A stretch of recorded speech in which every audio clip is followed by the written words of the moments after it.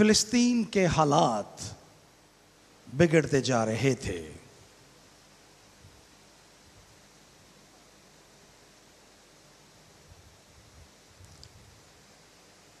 रोमी हुकूमत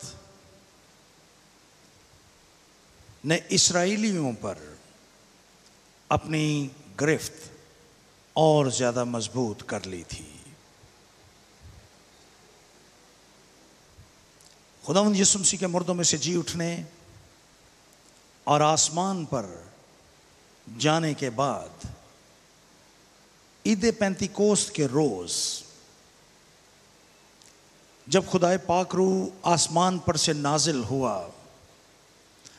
और उसने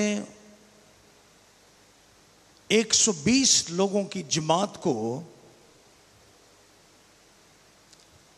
रूहानी तौर पर जिंदा कर दिया और जोश और जज्बे से भर दिया। 3000 लोग जो गिरदो नवाज से वहां पर जमा थे यरूशलेम में, उन्होंने खुदावंद यीशु मसीह को अपना निजात दहिंदा कबूल कर लिया। यूं एक छोटा सा गिरोह जो पहले 12 शागिर्दों पर, फिर ईद पेंतिकोस्त के रोज तक 120 लोगों की जमात तक पहुंच चुका था, यकायक एक ही दिन में उनकी तादाद 3000 से बढ़ गई। यहूदियों और रोमी हुकूमत को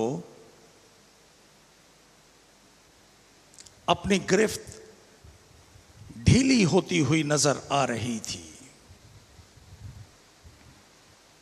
लोग मसीह खुदावंद को कबूल कर रहे थे और इस वाक्य ने यहूदी रहनुमाओं को और रोमी हुकूमत को परेशान कर दिया था।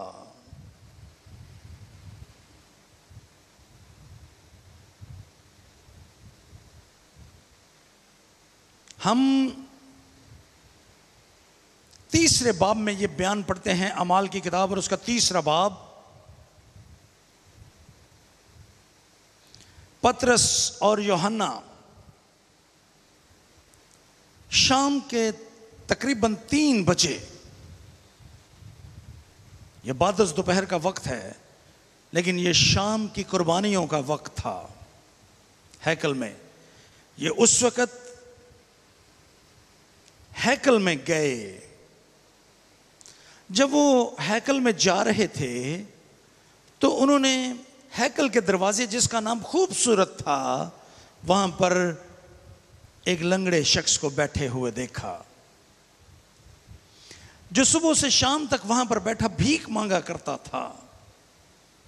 वो भीख की उम्मीद में अपना हाथ इनकी तरफ भी बढ़ाता है और वहां पर वो अल्फाज लिखे हैं पतरस के, जो आज भी जुबान आम पर हैं, सोना और चांदी तो हमारे पास है नहीं, लेकिन जो हमारे पास है वो हम तुझे दिए देते हैं। और ये देखकर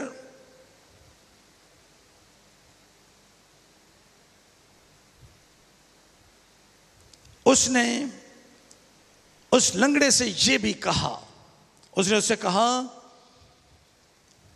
पतरस ने कहा, चांदी सोना तो मेरे पास है नहीं, मगर जो मेरे पास है वो तुझे दिए देता हूं।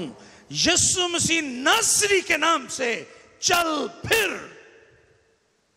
और उसका दाना हाथ पकड़कर उसको उठाया और उसी दम उसके पांव और टखने मजबूत हो गए और वो कूद कर खड़ा हो गया और चलने फिरने लगा और चलता और कूदता और खुदा की हम्द करता हुआ उनके साथ हैकल में गया। जब लोगों ने देखा कि ये तो वही लंगड़ा है जो दरवाजे पे बैठा भीख मांगा करता था, लोग मुताज्जुब हो गए, हैरान रह गए। ये हकीकत में एक हैरान कुन वाकया था। पतरस, जो ही लोग जमा हुए, मुकद्दस पतरस ने एक दफा फिर मौके से फायदा उठाया और वो उनको खुदावंद यीशु मसीह के बारे में बताने लगा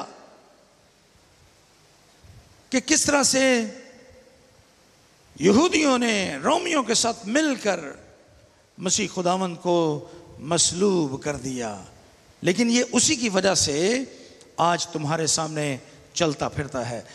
और उसने ये भी कहा, तौबा करो, रजू लाओ ताकि तुम्हारे गुनाह मिटाए जाएं और इसी तरह खुदावंद के हुजूर से ताजगी के दिन आए। जब वो ये बातें कर रहे थे, चौथे बाब का आगाज होता है, काहिन और हैकल के सरदार और सदूकी उन पर चढ़ आए और वो इसलिए गुस्से और नाराजगी का इजहार कर रहे थे कि वो यीशु जिसे उन्होंने मसलूब कर दिया था,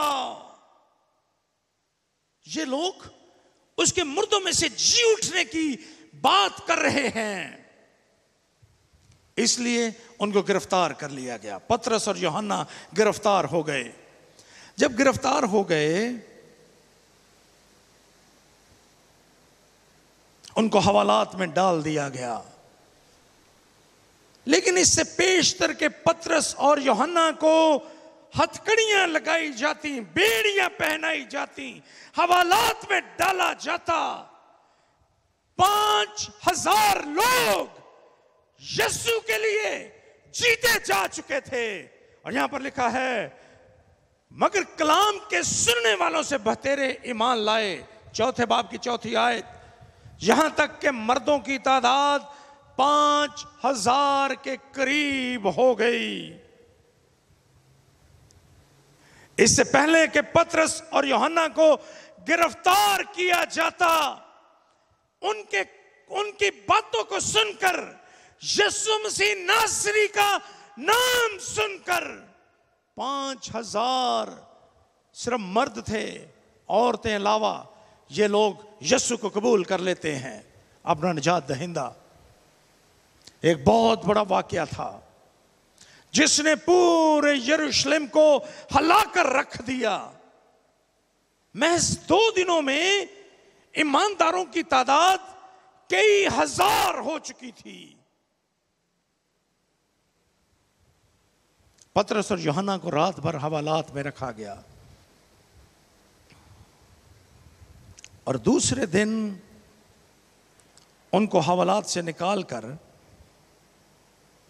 सनेहिड्रन, सदर अदालत और सरदार काहिन, यहां पर देखिए, दूसरे दिन यूं हुआ कि उनके सरदार और बुजुर्ग और फकीह, सरदार काहिन हन्ना, कायफा, यूहन्ना, सिकंदर, जितने सरदार काहिन के घराने के थे, यरूशलेम में जमा हुए।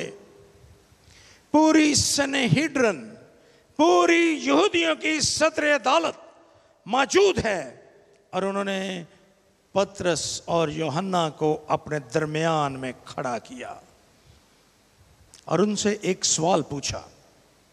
और आज मैं उस सवाल और उसके जवाब में आपके साथ बात करना चाहता हूं। उन्होंने उनसे पूछा, तुमने ये काम किस कुदरत और किस नाम से किया? यानी उस लंगड़े को शिफा देने का काम। सवाल के 2 हिस्से हैं। तुमने ये काम किस कुदरत और किस नाम से किया है? किस नाम से तुमने ये काम किया? इस सवाल ने एक बड़ा जबरदस्त काम किया। इस सवाल ने मुकद्दस पतरस के लिए इंजील की बशारत का एक और दरवाजा खोल दिया।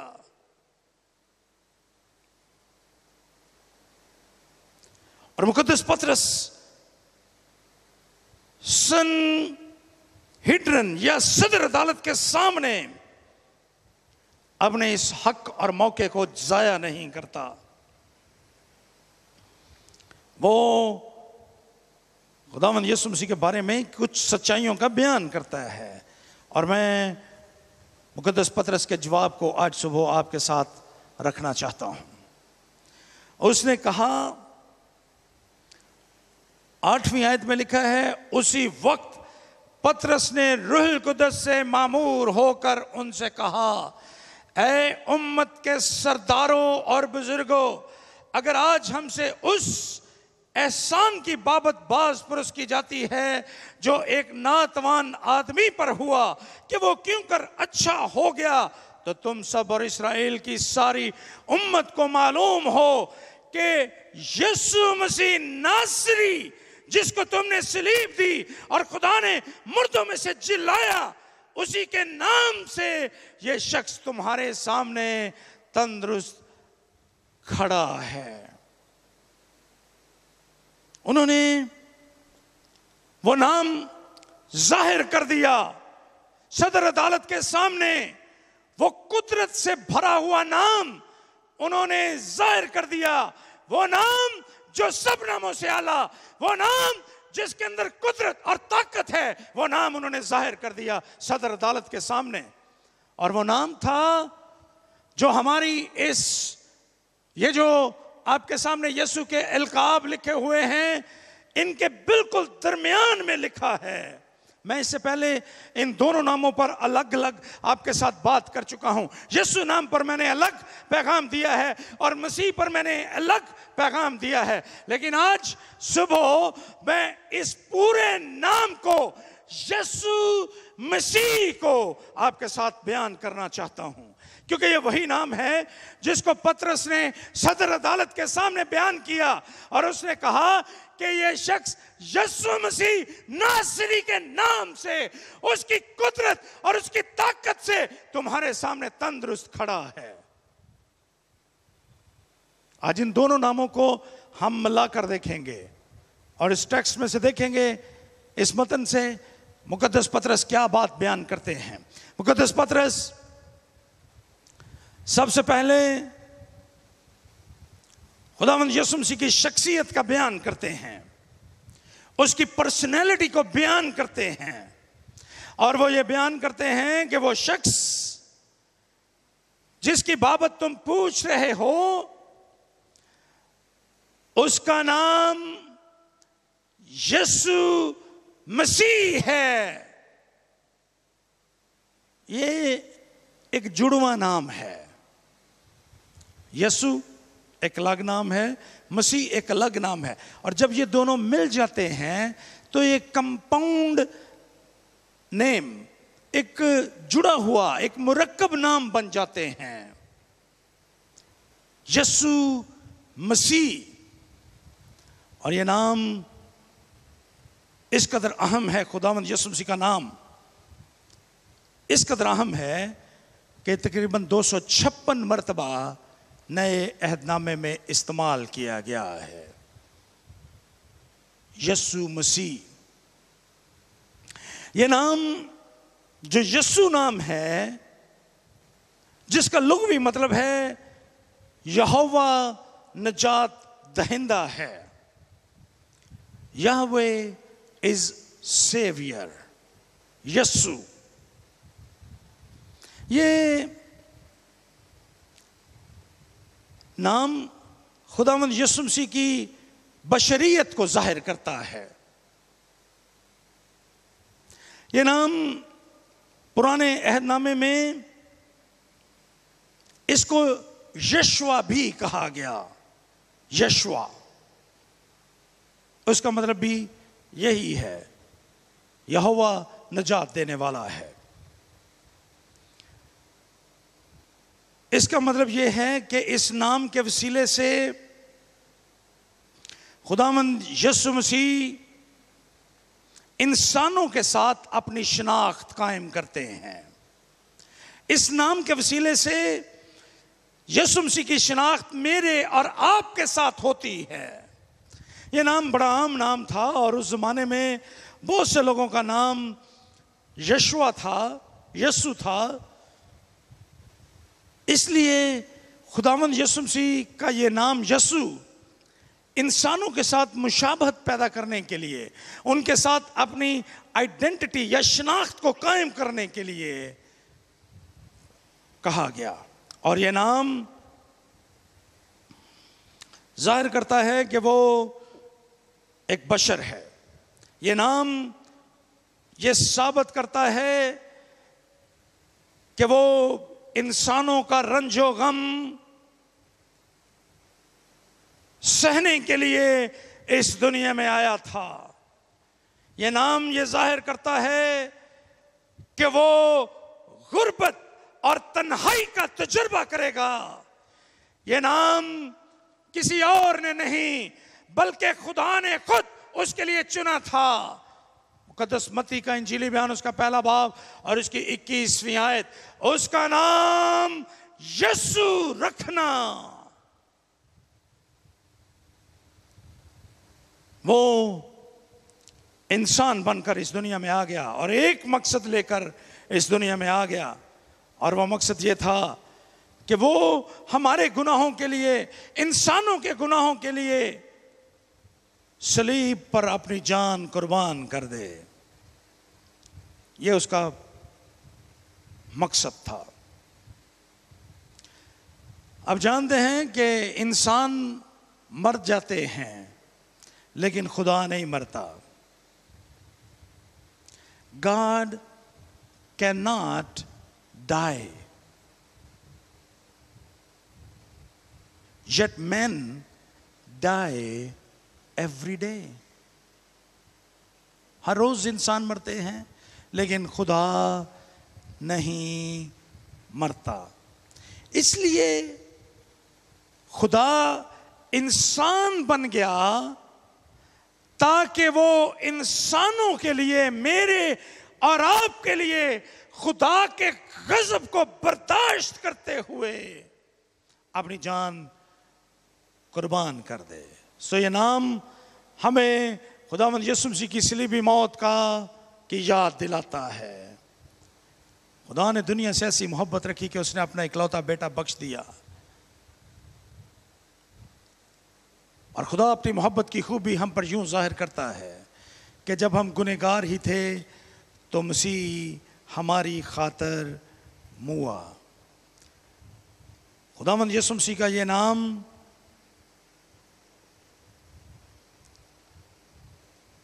उनकी सलीबी मौत की याद दिलाता है। ये नाम वो नाम है जिसके सामने शैतान थरथराते हैं। ये वो नाम है जिसके वसीले से हम खुदा तक पहुंचते हैं। ये वो नाम है जिसके वसीले से पहाड़ अपनी जगह से हिल जाते हैं। ये वो नाम है जो गुनहगार दिलों को तोड़ डालता है। ये वो नाम है जो गुनहगारों को खुदा के सामने घुटने टेकने पर मजबूर कर देता है। यसु नाम। इसलिए खुदावंद का यह नाम निजात के मकसद को पूरा करता हुआ नजर आता है। दूसरा नाम यहां पर जो बयान किया गया वो है मसीह, यसु मसीह। यसु खुदा की बशरियत को जाहिर करता है कि किस तरह से वो इंसान बनकर हमारे दरमियान रहा। दूसरा नाम मसीह, इसका तर्जुमा ममसू या मसीहा भी किया जाता है। ममसू जिसको मसा किया गया हो।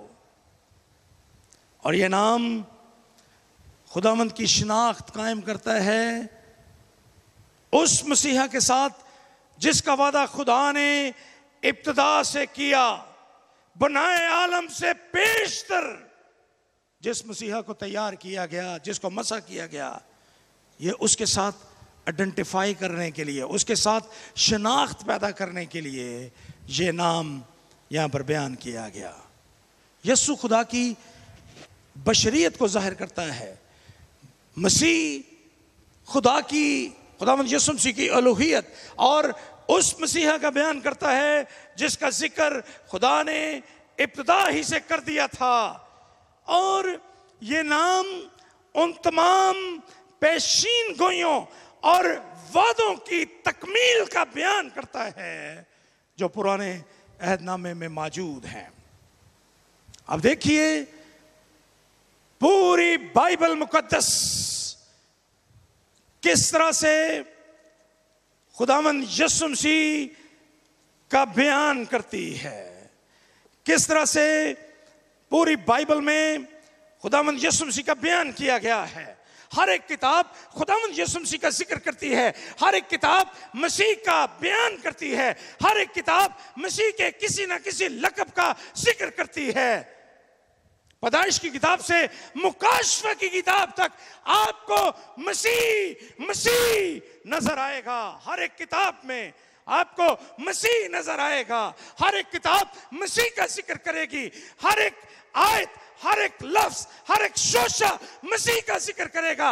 मसीह के बगैर कलाम की कोई आयत, कोई लफ्ज मुकम्मल नहीं होगा। आप बाइबल मुकद्दस की कुतुब को देखिए, कैसे वो मसीह का बयान करती हैं। पैदाइश की किताब बयान करती है मसीह के बारे में कि वो औरत की नस्ल है, वो he is the seed of women, वो औरत की नस्ल है। खरूज की किताब ये बयान करती है कि मसीह फसा का बर्रा है। अबार की किताब ये बयान करती है कि वो हमारा सरदार काहिन है। गिनती की किताब ये बयान करती है कि वो दिन के वक्त बादल और रात के वक्त हमारे लिए आग का सतून है। इस्तिस्ना की किताब ये बयान करती है कि वो मूसा से बढ़कर नबी है। यशवा की किताब ये बयान करती है कि मसीह खुदावंद के लश्करों का सरदार है। कुज़ात की किताब ये बयान करती है कि खुदावंद यीशु मसीह यहोवा खुदा का पैगाम रसा है। रूत की किताब ये बयान करती है कि वो रिहाई देने के लिए हमारा कराबती है। शमूएल की पहली किताब ये बयान करती है कि वो हमारा वफादार काइन है। शमूएल की दूसरी किताब ये कहती है कि मसीह हमारे लिए निजात का ऊंचा बुर्ज है। सलातीन की पहली किताब ये बयान करती है कि मसीह सुलेमान से भी बड़ा है। दूसरे सलातीन की किताब ये बयान करती है कि वो हक्ता अब्दुलबाद हुकूमत करने वाला बादशाह है। तवारीख की पहली किताब ये कहती है कि वो ईमानदारों के लिए अहद का संदूक है। दूसरी तवारीख से बयान करती है कि वह मज़बे पर बहता हुआ लहू है। अज़रा की किताब कहती है कि वो गुनाह के असीरों को वापस लाने वाला है। नेहमिया की किताब बयान करती है कि वो हैरान कुन खुदा है। मसीह यीशु आस्तर की किताब ये कहती है कि वो हमारा रूहानी मर्द की है। अय्यूब की किताब कहती है कि वो जिंदा निजात देने वाला है हमारे लिए। और ज़बूरों की किताब मसीह के बारे में कहती है कि वो जलाल का बादशाह है। अमसाल की किताब कहती है कि वो भाइयों से भी करीबी दोस्त है हमारा। और वाइस की किताब कहती है कि हमारी वो मसीह हमारी जिंदगी और हमारी सांसों का मालिक है। गज़ल गज़लात की किताब कहती है कि वो हमारा महबूब खुदा है। यूसाया कहता है कि वो मसीह मेरा और आपका दुख उठाने वाला इफ्सी है। यिर्मयाह कहता है कि वो हमारी रास्तबाजी है। और नोहा की किताब में बयान किया गया कि वो हमारा बखरा है, हमारा हिस्सा है। हिजकियेल अपनी किताब में कहता है कि वो जिंदगी का दरिया है। दानियल अपनी किताब में कहता है कि मसीह कदीमुल अज़्ज़ाम है। होशिया कहता है कि वो पिछली, पहली और पिछली बारिश है हमारे लिए। योएल कहता है कि वो हमारी पनाहगाह है। आमोस कहता है कि वो इस्राएल का बचाने वाला है। अबदिया कहता है कि वो कोहे सयोन पर हमारा रिहाई देने वाला है। मीका कहता है, यूना कहता है कि वो दफन होने और मुर्दों में से जी उठने वाला है। और मीका कहता है कि वो मुआफ करने वाला है। नाहूम कहता है कि वो मुसीबत में हमारा मजबूत कला है। हबक्कूक कहता है कि वो हमारे ईमान का लंगर है। सफनिया कहता है कि वो पाक करने वाला मुंसिफ है। हज्जी कहता है कि वो दुख उठाने वाला चरवाहा है। ज़करिया कहता है कि वो शाख है, ताक है। मलाकी कहता है कि वो आफताबे सदाकत है। पैदाइश की किताब से लेकर मलाकी तक पूरे पुराने अहदनामे की कुतब मसीह का बयान करती हैं। कोई किताब मसीह से खाली नहीं है। हर किताब मसीह का जिक्र करती है, मसीह की पेशीन गोइयों का बयान करती है, मसीह के बारे में नबूवतों का बयान करती है। सारी नबूवतें मसीह यीशु में आकर तकमील पाती हैं। लेकिन मैं सुबह सिर्फ पुराने अहदनामे के बारे में नहीं, नए अहदनामे के बारे में बयान करूंगा। मत्ती का इंजीली बयान उसको यहूदियों के बादशाह के तौर पर पेश करता है। मरकस उसे यहोवा का खादिम कहता है। लूका उसे कामल इब्ने खुदा, इब्ने आदम कहता है। यूहन्ना उसे इब्ने खुदा कहता है। अमाल की किताब उसको सऊद फरमाने वाला, निजात दहिंदा कहती है। रोमियो के नाम खत हम उसको हमारी रास्तबाजी कहता है। करंथुस की कलीसिया के नाम पहला खत उसको मुर्दों में से जी उठने वालों में पहलौठा करार देता है। दूसरा खत करंथुस की कलीसिया के नाम खुदावंद यीशु मसीह को इब्न सरफराज किया हुआ इब्ने खुदा बयान करती है। गलतियों के नाम खत खुदावंद यीशु मसीह को शरीयत का कमाल और हमारा छुड़ाने वाला बयान करती है। इफसुस के नाम खत खुदावंद यीशु मसीह को कलीसिया का सर कहकर मुखातिब करती है। फिलिपियों के नाम खत यह बयान करता है कि उसका नाम सब नामों से आला है। और कलूसियों के नाम खत यह बयान करता है कि वो आला है, बालातर है, बुजुर्ग है। थसलनीकियों के नाम पहला खत यह बयान करता है कि वो दोबारा आने वाला खुदा है। दूसरा थसलनीकियों कहता है कि वो आने वाला मुंसिफ है। तिमोथियस का पहला खत उसको दरमियानी कहता है। दूसरा खत उसको ताजदार कहता है। और तीतुस का खत उसको अजीम खुदा और नजात दहिंदा कहता है। फिलेमोन का खत उसको अलूहियत में शराकतदार करार देता है। और इब्रानियों के नाम खत उसको नए अहद का दरमियानी कहता है। याकूब का खत उसको जलाल का खुदावंद कहता है। पतरस का पहला खत उसको कोने के सिरे का पत्थर कहकर मुखातिब करता है। और पतरस का दूसरा खत उसको चमकदार सुबह का सितारा कहता है। यूहन्ना पहला खत उसको गुनाहों का कफारा कहता है। यूहन्ना का दूसरा खत उसको मुजस्सम इब्ने खुदा कहता है। यूहन्ना का तीसरा खत उसको ट्रूथ या सच्चाई कहकर मुखातिब करता है। यहूदा का खत उसको ईमानदारों की जमानत करार देता है। और मुकाशफा की किताब मसीह को बादशाहों का बादशाह और खुदावंदों का खुदा कहकर बयान करती है। आप मुझे बताएं, बाइबल की कौन सी किताब ऐसी है जिसमें मसीह नहीं है? कौन सी आयत ऐसी है जिसमें मसीह नहीं है? मसीह पैदाइश की पहली किताब, पैदाइश की पहली आयत, मुकाशफा की आखिरी आयत तक सिर्फ मसीह का जिक्र है। और ये बाइबल हमारे सामने यह बयान करती है कि यीशु जैसा और कोई नहीं है, वही मसा किया हुआ है, वही अजमत और हशमत के लायक खुदा है, वही वादों और खुदा के मंसूबों की तकमील है। उसके बगैर दुनिया में बल्कि कायनात में कुछ भी नहीं है। सिर्फ वही हर जगह है, सिर्फ मसीह हर जगह है, उसके बगैर कुछ भी नहीं है। इसलिए जब उन्होंने पूछा कि तुमने किस कुदरत से और किस नाम से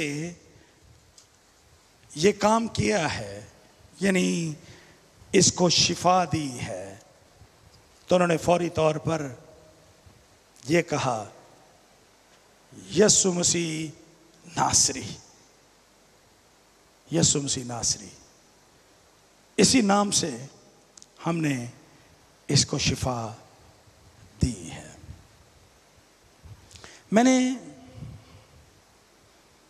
जो पहली बात आपके साथ की यीशु की शख्सियत थी, the personality of Jesus Christ. दूसरी बात जो आज सुबह मैं आपके साथ रखना चाहता हूं वो है खुदावंद यीशु मसीह की परवरदिगारी। और यहां पर उसका बयान किया गया। पतरस उनको याद दिलाता है खुदावंद यीशु मसीह की सलीबी मौत का। यहां पर देखिए, वो जवाब में उनसे कहता है, तो तुम सबको और इस्राएल की सारी उम्मत को मालूम हो कि यीशु मसीह नासरी जिसको तुमने सलीब दी, जिसको तुमने सलीब दी, वो उनको यीशु की मौत के बारे में याद दिलाता है। भयानक मौत जो कोहे कलवरी पर वकू पजीर हुई, जो इंसान के गुनाहों के लिए मौत वाक़े हुई, भयानक मौत, सलीबी मौत, वो उसकी याद उनको दिलाता है। गोया वो उनको याद दिला रहा है कि यीशु ने सलीब पर अपने मिशन को पूरा कर दिया। और बाइबल ये बयान करती है कि जब खुदावंद यीशु मसीह सलीब पर थे, जब वो अपनी जान गुनहगारों के लिए दे रहे थे, उन्होंने जब अपनी रूह को खुदावंद के हाथों में दिया, तो यूहन्ना अपने इंजीली बयान के 19वें बाब और उसकी 30वीं आयत में कहता है, बस जब यीशु ने वो सिरका पिया तो कहा, तमाम हुआ, और सर झुकाकर जान दे दी। The mission is completed. जो काम मेरे सुपुर्द किया गया था, यीशु ने कहा, वो मैंने पूरा कर दिया है। मैंने इब्लीस से वो इख्तियार वापस ले लिया है और हुक्मों की वो दस्तावेज जो हमारे नाम पर और हमारे खिलाफ थी, उसको सलीब पर कीलों से जड़कर सामने से हटा दिया। उसने मिशन को पूरा कर दिया। मुकद्दस पतरस उसी बात का ऐलान करता है जो दुख देती थी यहूदियों को, जिससे वो परेशान होते थे, उसकी सलीबी मौत, क्योंकि उन्होंने उसको मसलूब किया था, उन्होंने उस पर झूठे इल्जाम आयद किए थे। और जब पतरस उसी को याद दिलाता है, तो वो उनसे कहता है, वही जिसको तुमने मसलूब कर दिया था, खुदा ने उसे मुर्दों में से जिलाया, उसी के नाम से ये शख्स तुम्हारे सामने खड़ा है। उसकी सलीबी मौत और उसके मुर्दों में से जी उठने का सबूत ये शख्स है जो इस वक्त तुम्हारे सामने तंदुरुस्त खड़ा है। यीशु मसीह नासरी ने, जिसको तुमने मसलूब किया, हम कहते हैं कि खुदा ने उसे मुर्दों में से जिंदा कर दिया। उसके जिंदा होने का सबूत यह शख्स है जो तुम्हारे सामने खड़ा है। यीशु ने अपने जिंदा होने का सबूत फराहम कर दिया है। यह सबूत है जो तुम्हारे सामने खड़ा है और इसको तुम झुटला नहीं सकते। और ये उसी यीशु ने किया जिसे तुमने मसलूब किया। खुदा ने उसे मुर्दों में से जिलाया, कोई और कर नहीं सकता, मसीह ने किया है। और ये सबूत है जो वो फराहम कर रहा है अपनी परवरदिगारी के वसीले से, कि ये शख्स सबूत के तौर पे खड़ा है। न सिर्फ खुदावंद ने कीमत अदा की अपनी परवरदिगारी से, न सिर्फ मसीह यीशु मसीह सबूत फराहम कर रहा है, बल्कि वो एक वादे का बयान भी करता है जिसका यहां पर बयान नहीं किया गया। लेकिन पालूस अपने खत में कहता है, पहला कुरिन्थियों 15वां बाब 20वीं आयत, यीशु मसीह मुर्दों में से जी उठने वालों में से पहला फल हुआ। जब पतरस यहां पर यह कहता है कि खुदा ने उसे मुर्दों में से जिलाया, और पालूस कहता है कि वो मुर्दों में से जी उठने वालों में पहला फल हुआ, तो ये मेरे और आपके साथ वादा है कि एक दिन हमें भी खुदा इसी तरह से मुर्दों में से जिंदा करेगा। हमने यीशु मसीह की शख्सियत को देखा, हमने उसकी परवरदिगारी को देखा। आइए अब हम उसकी ताकत को देखें। यीशु मसीह के पास जो ताकत है उसको देखें।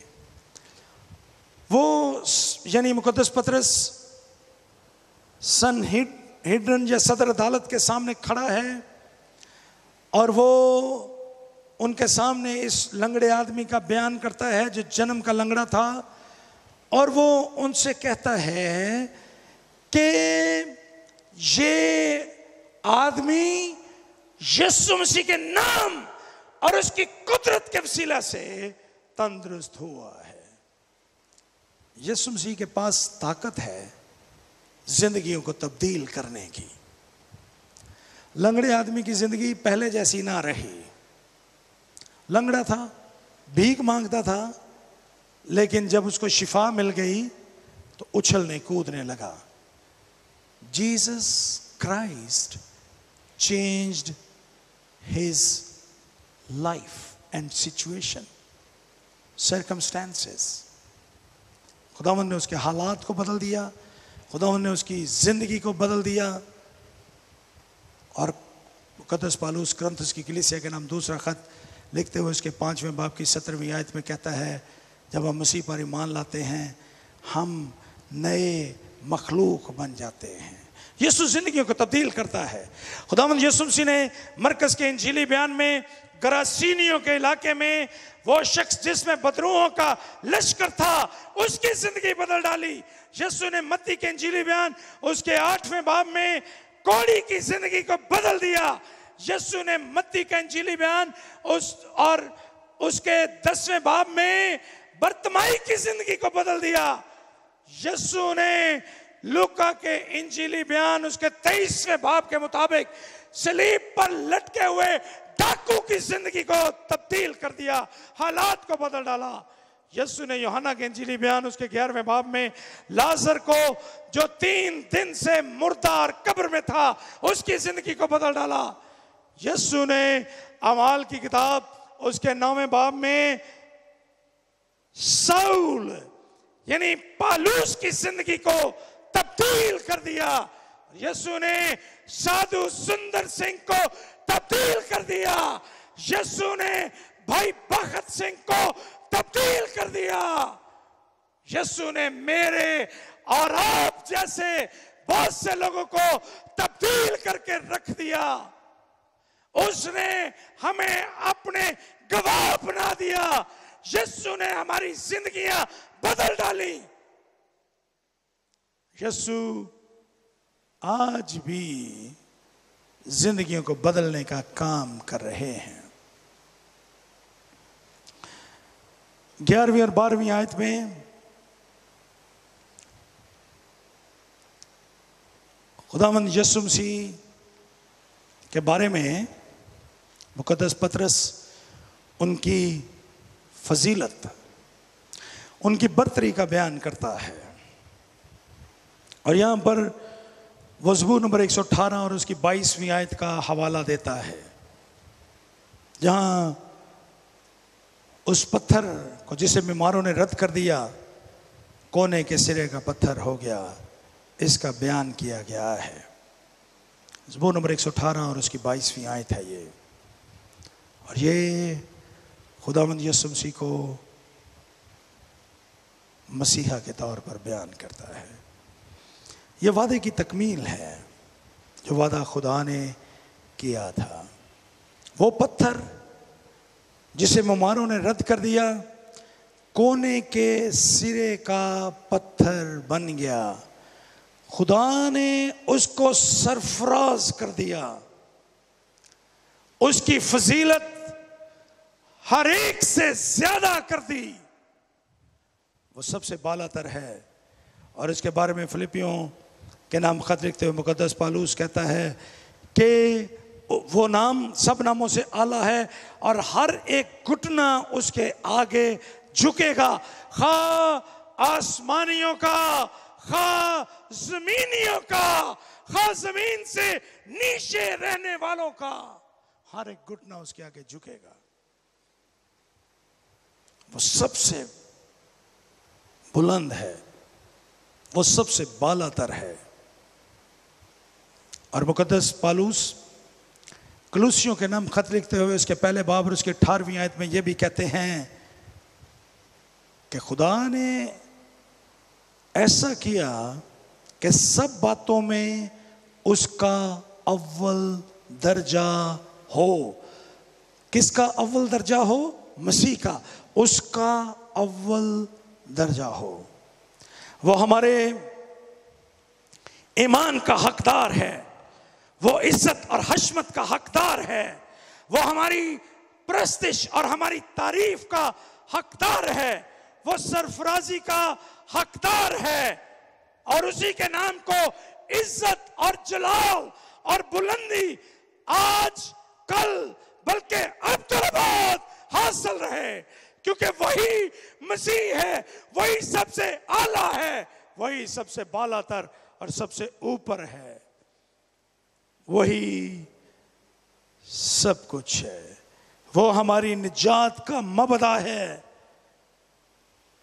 वो हमारी निजात है। आसमान की सारी शान और शौकत उसमें बसती है। और वो सिर्फ वही है जो निजात दे सकता है। आसमान के तले आदमियों को कोई दूसरा नाम नहीं बख्शा गया जिसके वसीले से हम निजात पा सकें। ये सिर्फ उसकी फजीलत है कि सिर्फ उसी के वसीला से निजात मिलती है, उसी के वसीला से हम खुदा तक पहुंचते हैं, कोई और नहीं है। क्या आपकी जिंदगी को मसीह ने तब्दील किया है? क्या आपकी जिंदगी में यीशु मसीह का नाम कुदरत, ताकत के साथ मौजूद है? क्या आप यीशु मसीह पर ईमान रखते हैं? क्या वो आपकी जिंदगी का निजात दहिंदा है? क्या आप उसकी फजीलत पर ईमान रखते हैं? क्या आपके घुटने उसके आगे झुकते हैं? आइए हम अपने दिलों में इस बात पर गौर करें।